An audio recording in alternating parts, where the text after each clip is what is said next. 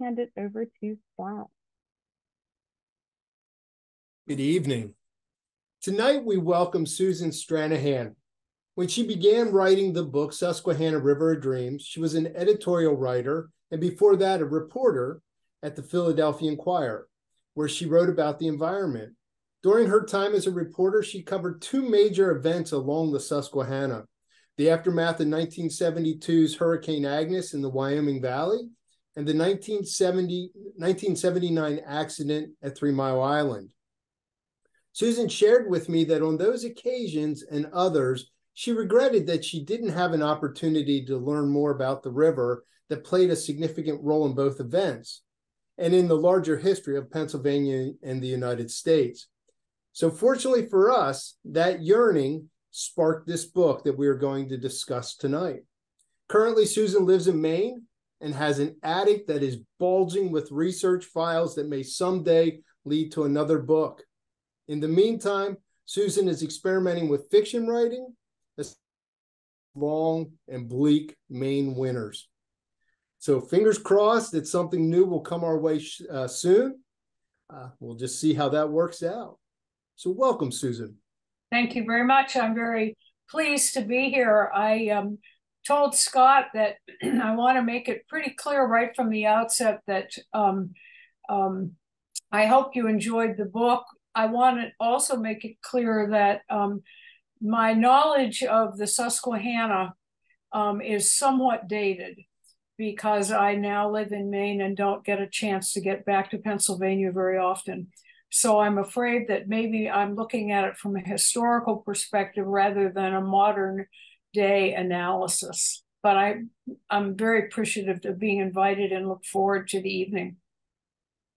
That's a great way for us to delve into this conversation. When you and I first talked about this, I'm going to just read this. You wrote to me, you said, "Little did I realize when I wrote the Susquehanna book, lo, those many years ago, that it would still be in print and selling." We're coming up on the 30th anniversary of this book. Why is that? Why do you think this book continues to sell?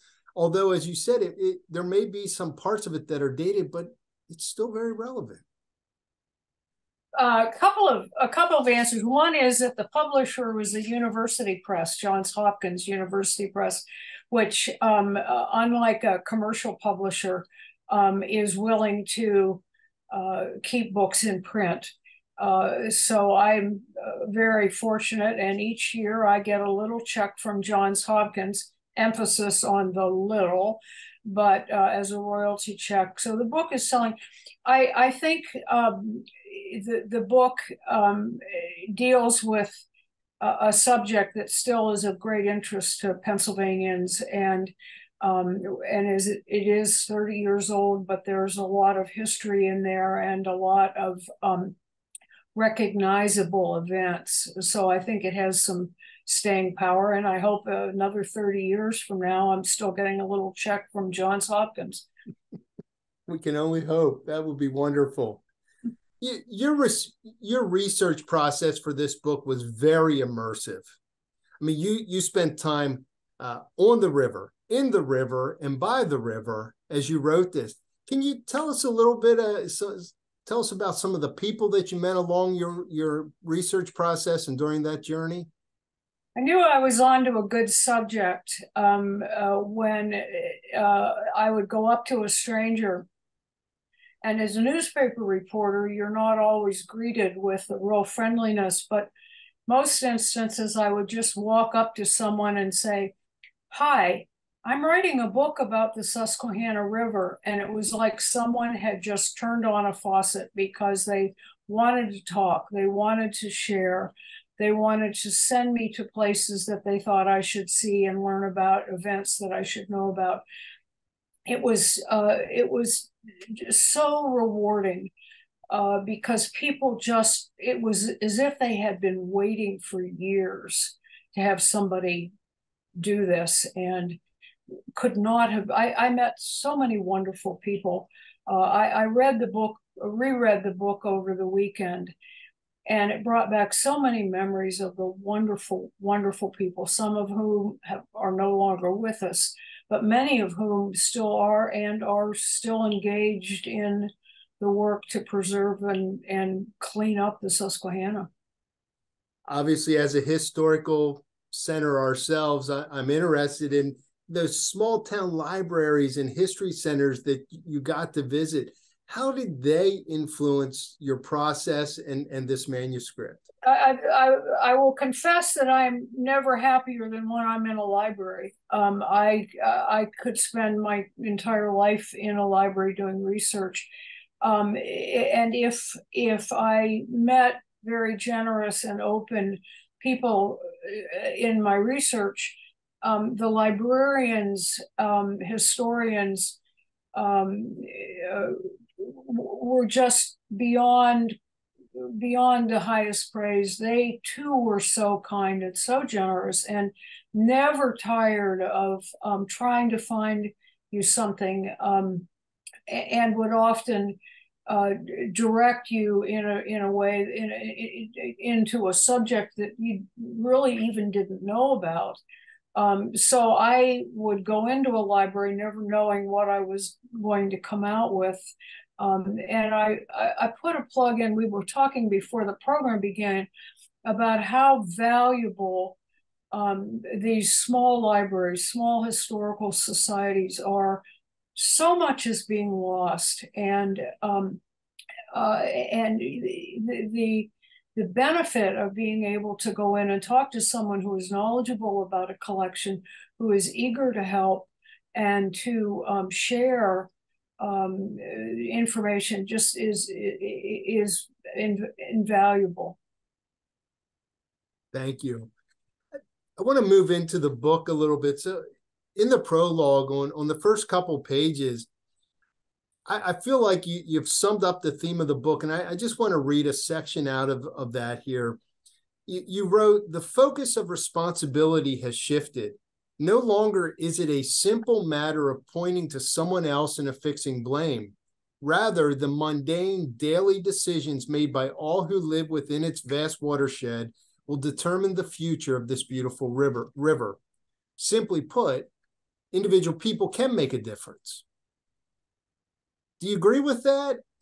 Still today, do you agree that that was the major theme? And if so, what were other takeaways that you were hoping your readers would walk off with? Well, I think yes. I mean, the answer to your question is yes. That is the underlying message. We can have governmental regulations, and we can have programs, and we can have penalties and fines, and those all are necessary. But I think in the last decade or so, we've all become aware of the fact that even though we are a small contributor to a problem, by changing our behavior, we are reducing the total burden.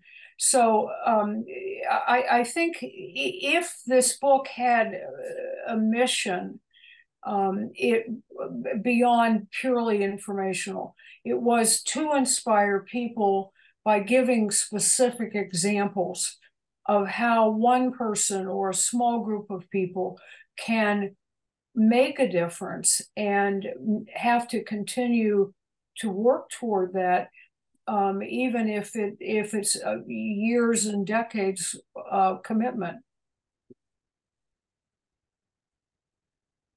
As you and I've talked through emails over the course of the last several months, we've talked about the Pennsylvania is fortunate to have so many people who are conservation stewards, as well as a constitutional amendment guaranteeing the preservation of the environment, as well as the 1965 Clean Streams Law. Can you talk about how the Susquehanna River Basin has benefited from this stewardship? And I know we're talking 30 years ago, but what do you see as work that's left to do? I think a couple of points are worth mentioning here. Pennsylvania, and I try and do this and mention this in the book. There are real heroes that probably most Pennsylvanians are not aware of. that recognized the problems. And I could run through 10, 20 names that are in the book, and they're all dedicated people. Most of them started out as sportsmen. They wanted clean water so they could go fishing.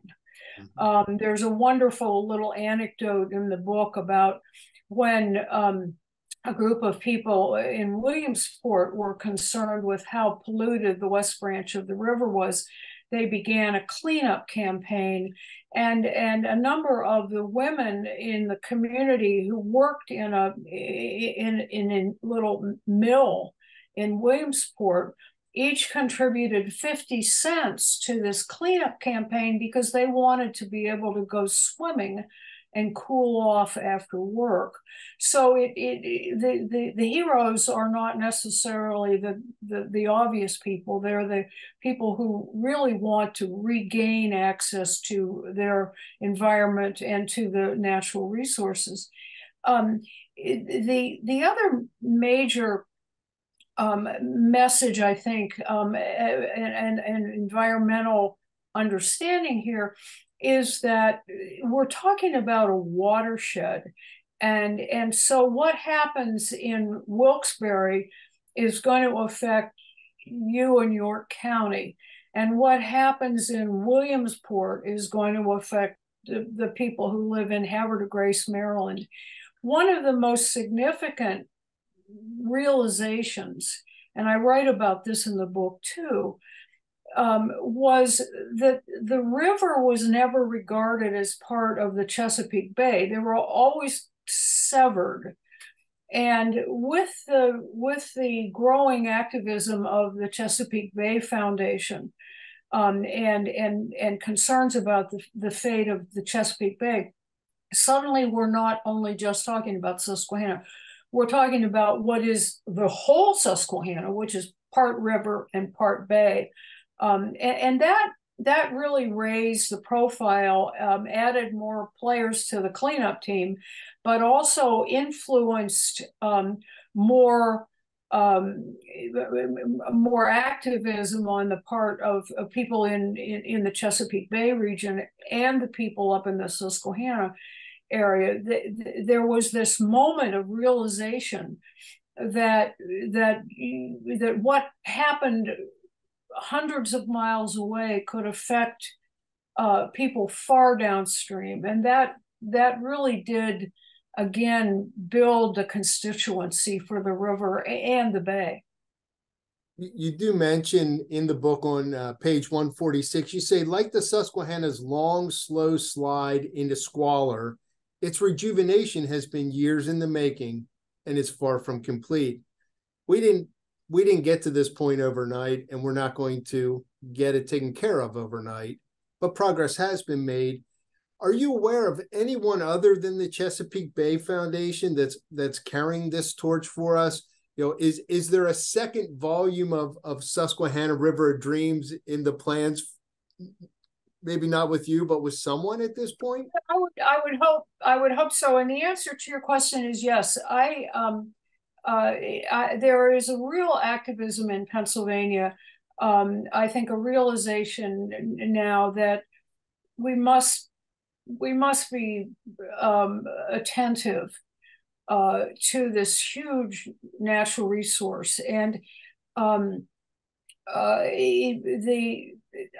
one of the characters in the book, who was one of the first people that I met in doing my research and have stayed close to her during the whole project, and we still correspond occasionally, is Cindy Dunn, who is now the Secretary of the Department of Conservation and Natural Resources. If there was ever one single person who has a vested interest in the health of the Susquehanna, it's Cindy. She grew up on the river. She spent her whole professional career working to preserve the river. She's in a position in government now where she can do things. And I think that's a credit to a recognition that someone who is so deeply involved and knowledgeable on this subject is in a decision-making capacity.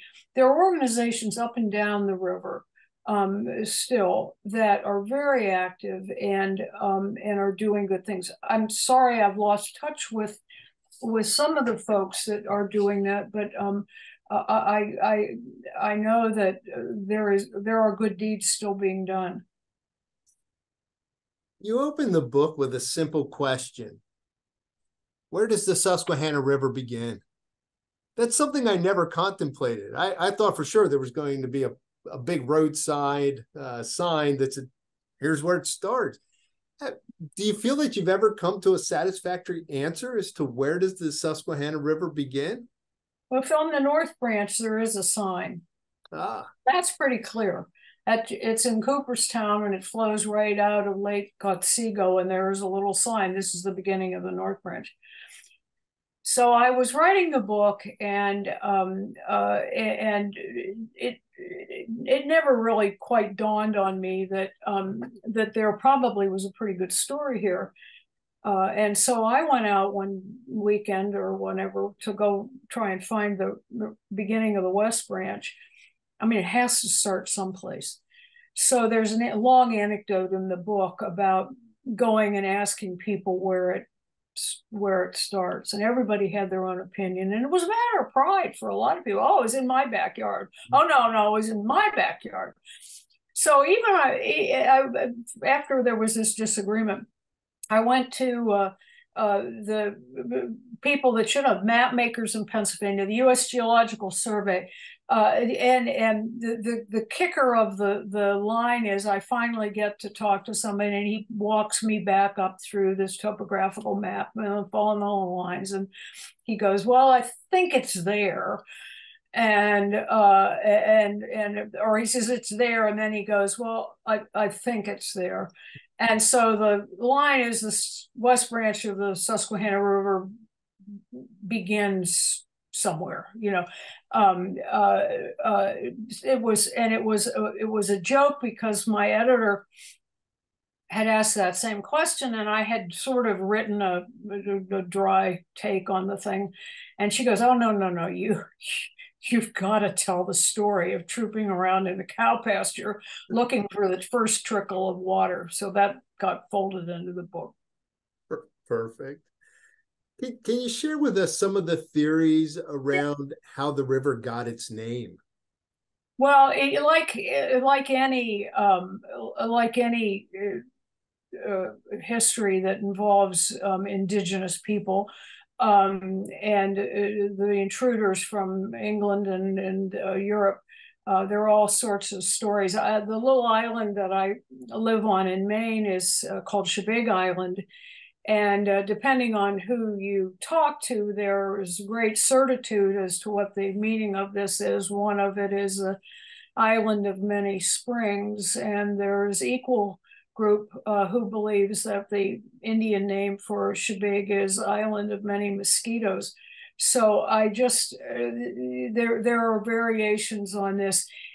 Because Captain John Smith was using Algonquin interpreters, there was never a clear understanding of the various languages. So it came out sort of the Long Crooked River or the Muddy River, or I think there are about 4 or 5 other possibilities. No one, I think, has the definitive answer of what it actually means. The indigenous people that lived on the river became known as the Susquehannocks, and that probably was some mangling of a tribal name. Thank you. Although the river is non-navigatable, it has been, and it's never been, has never been an important avenue for commerce, but yet it's played a major role in fueling our nation's growth. Can you talk a little bit about that? A non-navigable river that hasn't been an avenue of commerce, but yet it's still played a major role. Well, you realize that when a river is navigable, it means it's a two-way street. When it's non-navigable, it could still be a one-way street. And when you think of the staggering resources that existed in the watershed, trees, unbelievable forest covering most of the upper reaches of the watershed. And then secondly, coal. And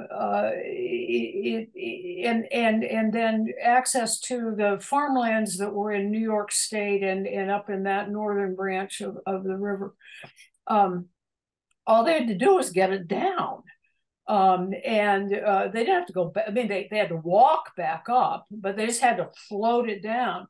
So everything came down, but just couldn't go back up.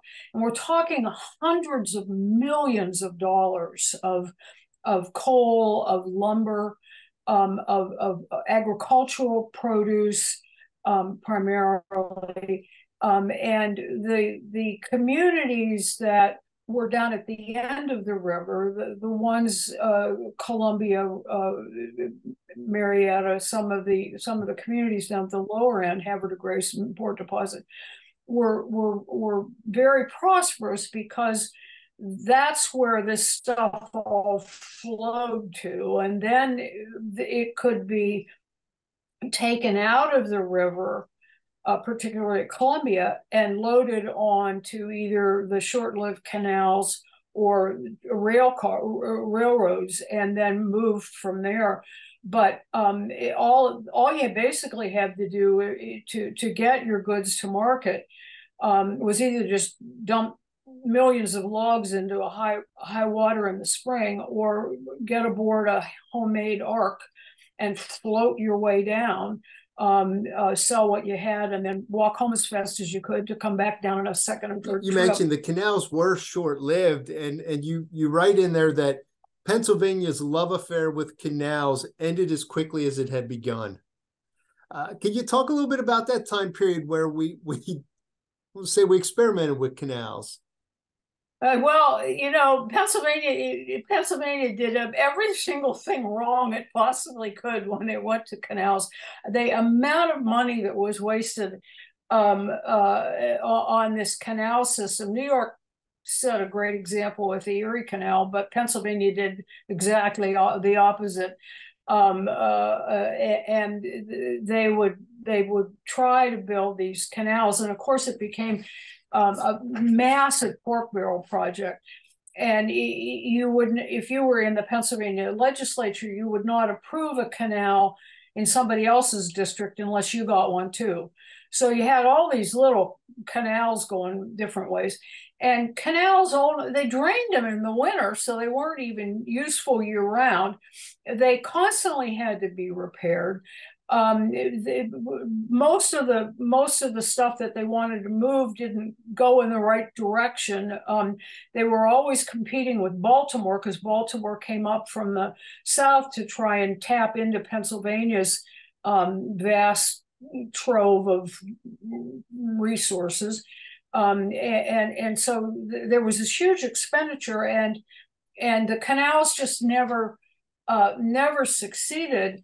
My favorite one was the mainline canal that ran across Pennsylvania east to west, that had to go up over the mountains with rail cars, and they would get to the end, then they would somehow ratchet these things up, get them up and bring them down the other side, and then plunk them back in a canal. And I think it took something like 13 changes of cars to get them up and over the mountain, at an enormous construction cost. And ultimately the railroad came by, went around the horseshoe curve in Altoona, and there was no reason to send your stuff up over the mountain in a cart. That's a great story. Thank you. I want to share. Excuse me, there is, by the way, and I don't have access to it, but it's referenced in the book. There are a couple of absolutely wonderful histories of the canals in Pennsylvania, and one of the whole canal era. I think there are like 2 or 3 of them, and I'm sorry I don't have it, but it is mentioned in the book. But they're just great books. I want to shift into some of the people that you introduce us to in the book, and you talk about the debate surrounding the Martic line and Florence Bascom. Can you tell us about her? Only a little. I had this list that I kept when I was doing the book about future biographies, and it kept growing and growing. And Florence Bascom has been written about. She was an early geologist and very well-educated woman. And she had a theory of the geology down in your part of the state that was at odds with what were the perceived views at the time. She had two graduate students who worked with her, she mentored, and they had come up with and agreed with this theory. And this set the geologic world abuzz because these women were daring to challenge the common belief. Her two graduate students somehow managed to turn on her, and she was discredited. And they couldn't even get her work published. She was one.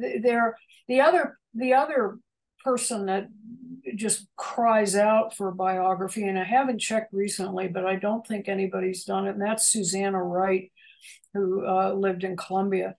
Who is just the most extraordinary woman. And I know there have been some books written about her, but none quite, I think it does her the justice that she deserves. There are great characters throughout the book that just you just think, boy, if I were going to do another book, I would consider doing a biography of him or her.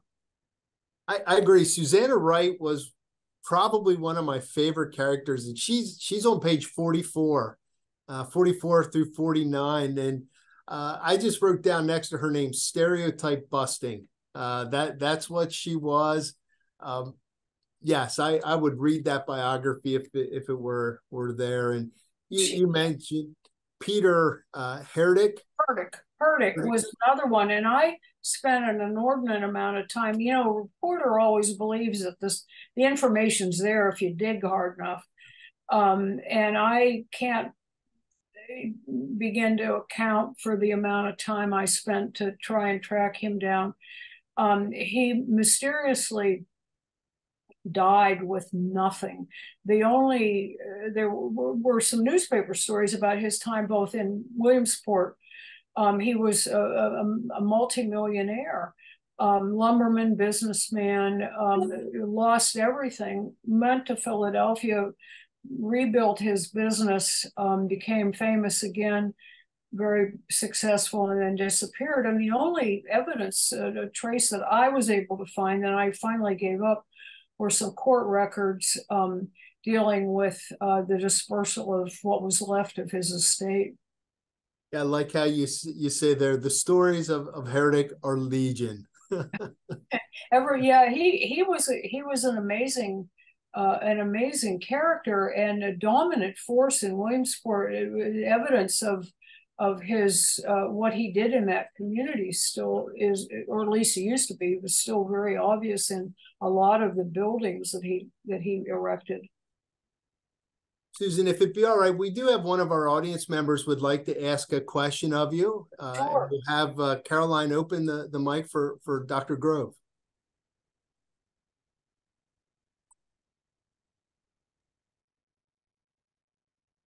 My camera, my microphone, and I turned the video on. Am I coming through okay? Yes, I can see you and hear you. Well, wonderful. And it is an honor to address you. I have been using your book on a very regular basis. You're an outstanding writer. And as a professional biologist and environmentalist, I wanted to commend you. And I do have a specific question, and it will be very brief, but if I may, I'd like to read just a few sentences from your book, which to me just stole my soul. And I thought I must have written this myself. Oh, And you'll know right away where it comes from in your book. The Susquehanna seizes your soul as quickly as it grabs the prow of a canoe on a bright June morning. That the river could exercise such power should have come as no surprise. I had read its history, traveled its length, and talked with those who knew it so well. I had listened and thought I understood its lure and its ability to inspire grand dreams. But now, pushing off into the fast moving water, a new voice is heard.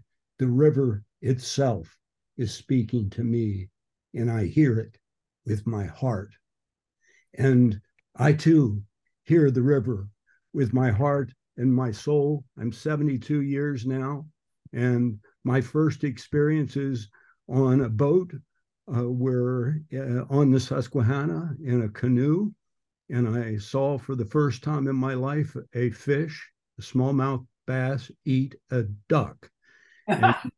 And I am now a professional naturalist, and I published on Fishes of the Galapagos. Stanford University Press published it a few years ago.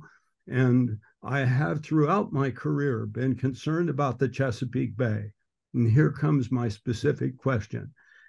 In order for my voice to be heard, using your book in a very real sense as the backbone of my planning, I'm coming to the Susquehanna, and I'm going to travel from the Oswego Bay to Virginia Beach. I've lectured rather extensively in Pennsylvania, Maryland, and Virginia, and my media lecture tour is going to be called Susquehanna Source to Sea.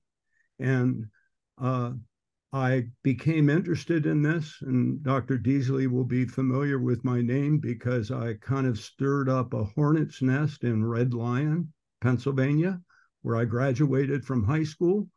And there's 50 acres of land there that it's the defunct golf course, 50 acres, wooded, freshwater stream, Barshiner Creek originates there. And about 24 years ago, I wrote to my good friend, Dr. Paul Ehrlich at Stanford University, and I told him what was about to happen. And he wrote a letter. Here it is. He wrote a letter to the superintendent of schools. And he said, the greatest legacy the citizens of Red Lion could have would be to preserve these 50 acres in this watershed. And although he didn't mention it in his memoir, Dr. Paul Ehrlich, a Nobel Prize winner, good friend, he took the time to write that letter in 2014. And today, it is a very real possibility that the school board will endorse the destruction of that property and the building of a commercial development. And I recently spoke at York College, and I brought this subject up, but was not allowed to speak to the public. This is the most public address I've ever made, and I thank you for the opportunity. Here's my question. Thank you for that privilege. The question is, as a professional biologist, born and raised in Red Lion, having a good environmental understanding of not just the impact of that little stream, but the potential that I might have as a marine biologist. I've traveled to more than 100 countries. I've been scuba diving in every ocean. I am concerned about the impact of rivers around the world on the ocean. So what can I do to protect the ocean? I'm not starting. I mean, I'm at the end of the life scenario. I maybe have another 30 years, if that would take me to 102, come to think of it. But I want to protect that spring, that fresh water, that fresh watershed. I've talked with the York Land and Trust and the wonderful people at the Lancaster Conservancy. I know the people at the Chesapeake Bay Foundation, but what can I do personally to persuade the greatest number of people with my expertise, other than coming back to York County and starting this expedition, Susquehanna Source, to see, do you have any specific recommendations? I might be optimistic, but I would hope that perhaps I've been meaning to write to you because I've read your book cover to cover. I'd like to know if you have any suggestions for me, and hopefully I will be able to maintain communication with you. Yes, thank you. First of all, that section that you read from it is one of the most moving things I think I've ever written. And it did come from the heart.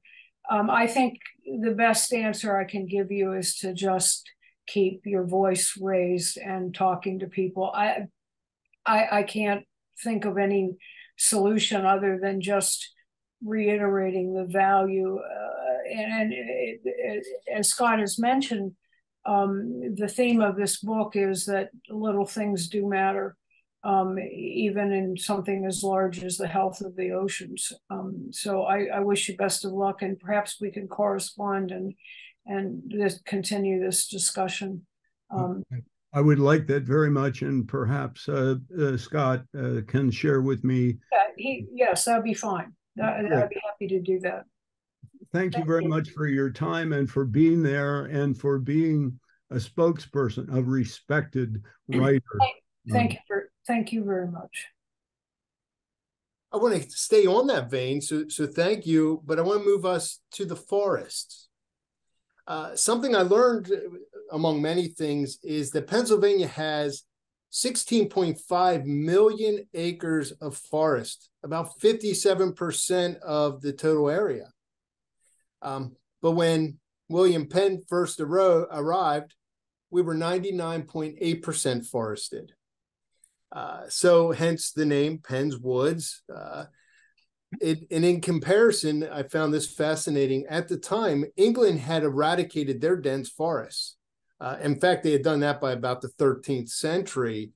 So what do you credit Pennsylvania's success and ability in retaining 57% of its forest today, in noting that Pennsylvania itself owns 2 million acres of state forests? So I think that lends to your comments about the stewards in Pennsylvania, those people that Dr. Grove is yearning to speak with. Any further thoughts on that? Well, part of the explanation is that the 57% of the state that's still forested is so inaccessible or so difficult to log that they haven't. The only thing that can grow is trees. Yeah. So we're lucky from that standpoint. I think if you've traveled at all across the northern tier, and that would include the Delaware watershed, the Susquehanna watershed, and particularly the Allegheny watershed, you realize that is just one giant swath of forest. And there is, at least at this point, no higher value than keeping that as forest. Now, the problem Pennsylvania has, and it's been exemplified by how it managed the natural resources of the forests, of how it managed the resources of coal, how it recently has managed the resources of shale oil, have been, you sell it off to the highest bidder and exploit it. And so it's a private gain over personal value. And so I think we're lucky because we've had many good stewards. Doc Goddard was one of them that insisted that every Pennsylvanian live within that there be a state park for every Pennsylvanian, within 25 miles of every Pennsylvanian. And he was a great preservationist in terms of the forest. I think we can be happy with the 57%, but I don't think it's through any great strategic planning. I think it's more geography. Well, we'll take it. Yeah, who's complaining? Yeah. You mentioned the history of the canals, and I know I'll be able to find that reference in there, but I was fascinated by your footnotes. So thank you for including them. I thoroughly enjoyed the footnotes, and that was my favorite part of the book. Well, so and I'll just share with you what my favorite one was, the conversation of President Grant. He turns himself in because he's fishing out of season, and he doesn't have a license. And the district judge or the justice of the peace is a little gobsmacked. The president's here. What, so he gives him a deal. And the president reprimands him and says, no, I'm going to pay the full price. I love that story. I just thought that was great. But were there any of those footnotes that as you got to them, you thought to yourself, boy, I wish I had the time to follow? Oh, yeah, I had to argue hard to get those footnotes in there because that's some of the best stuff. I mean, that's the stuff that's like in the back of your junk drawer that you know you're going to be able to use someday, but you don't quite know where. So you have it. You just think, I know I'm going to find a spot for that. And it's this odd stuff that you just find. And fortunately, I was lucky with Johns Hopkins that the director of the press, the boss, who had always wanted to do a book on the Susquehanna, became my editor. And a kinder, more wonderful man you couldn't imagine. And he was a little skeptical because he said, it looks awful like an academic book if you put in a lot of footnotes. And I said, well, let me just show you some of the footnotes that I want to throw in there. And it took him about 5 minutes, and he said, "Sure, let's go with the footnotes. Those are great." The book, Scott, is called there are a couple of them. There's one called the Pennsylvania Mainline Canal is the name of one of the books. It's on page 310. In back in the recommended reading, and the other one is the Philadelphia-Baltimore trade rivalry. Those are both two really, really good books. I'm glad you lobbied for the footnotes. That was enjoyable. But I want to move into Agnes, and I actually, for my own sake, I wrote down you summarized 2, 4, 6, 8, 10, 11 or 12 different floods that had occurred on the Susquehanna, starting as far back as 1744. But you had some firsthand experience with Agnes, as you reported on that. There was a quote that you wrote in here. You said the refugees from Agnes thought their nightmare was over. They were mistaken. Many would later say they were victims of not one, but 2 disasters.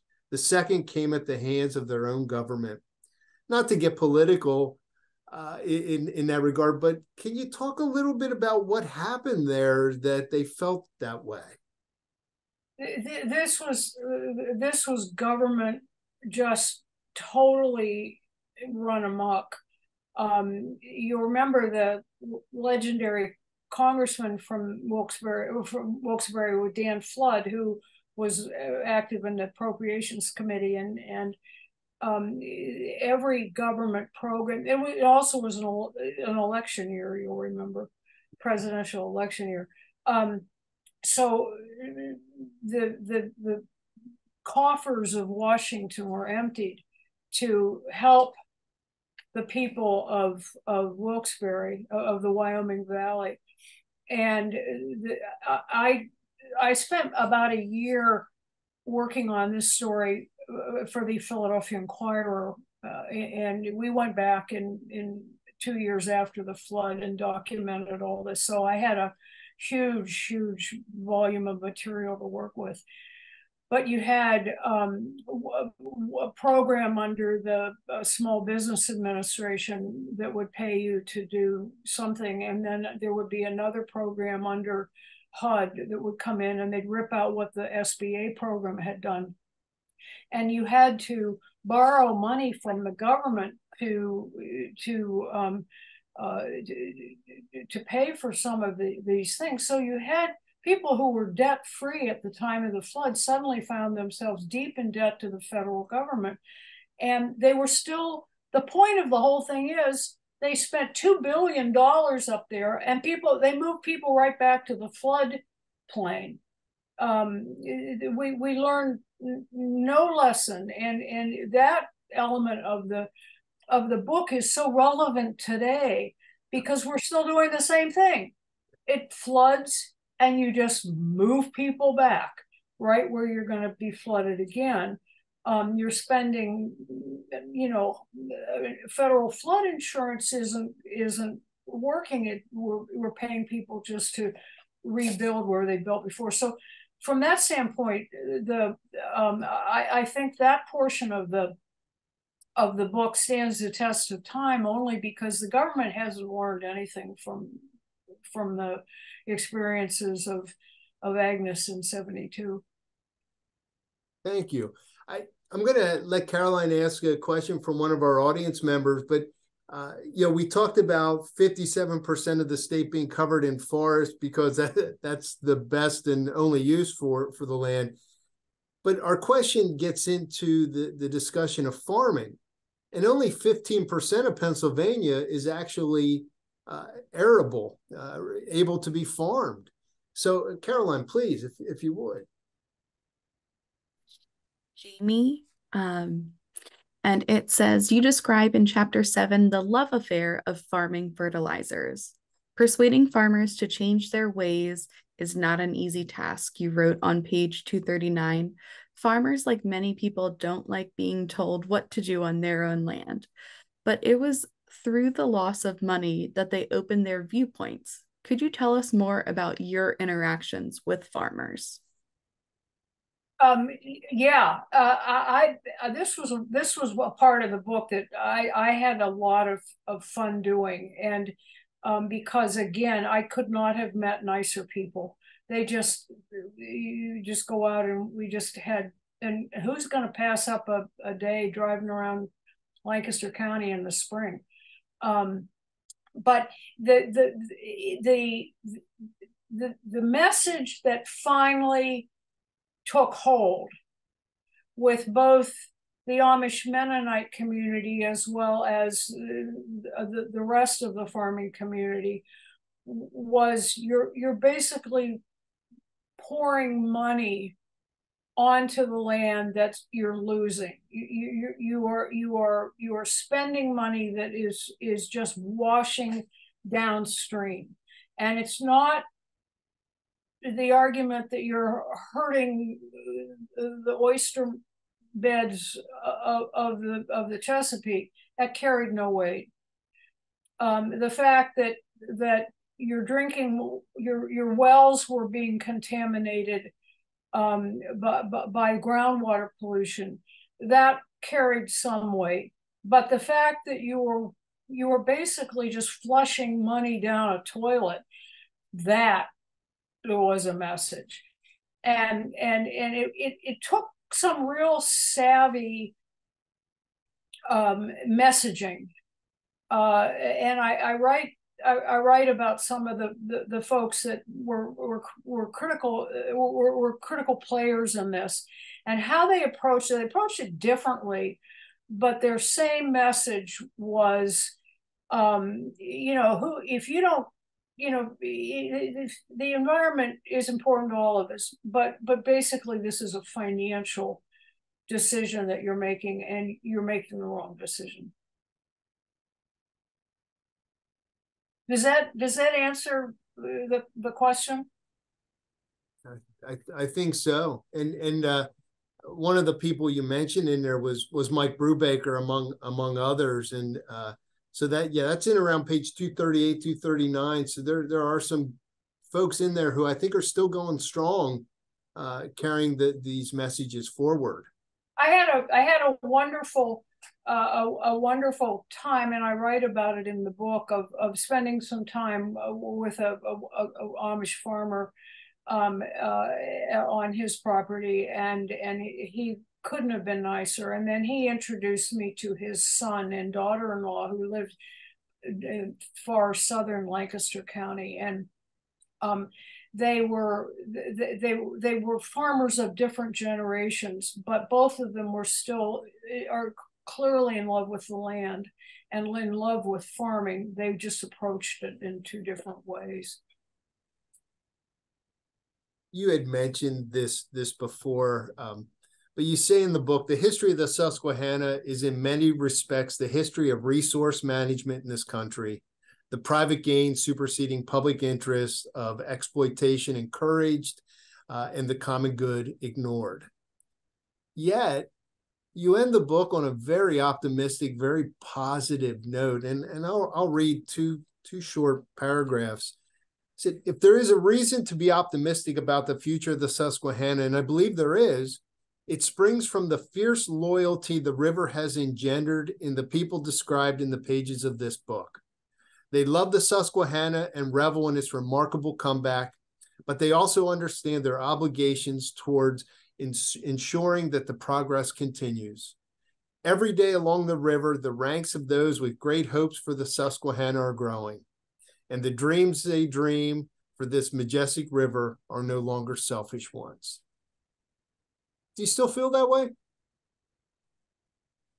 I do, even more so. I mean, I'm an optimist at heart, and the few times that I have been back to Pennsylvania and crisscross, I have family on the eastern part of the state and on the western part of the state, so I get a chance to go back and forth. I always stop and look at the river.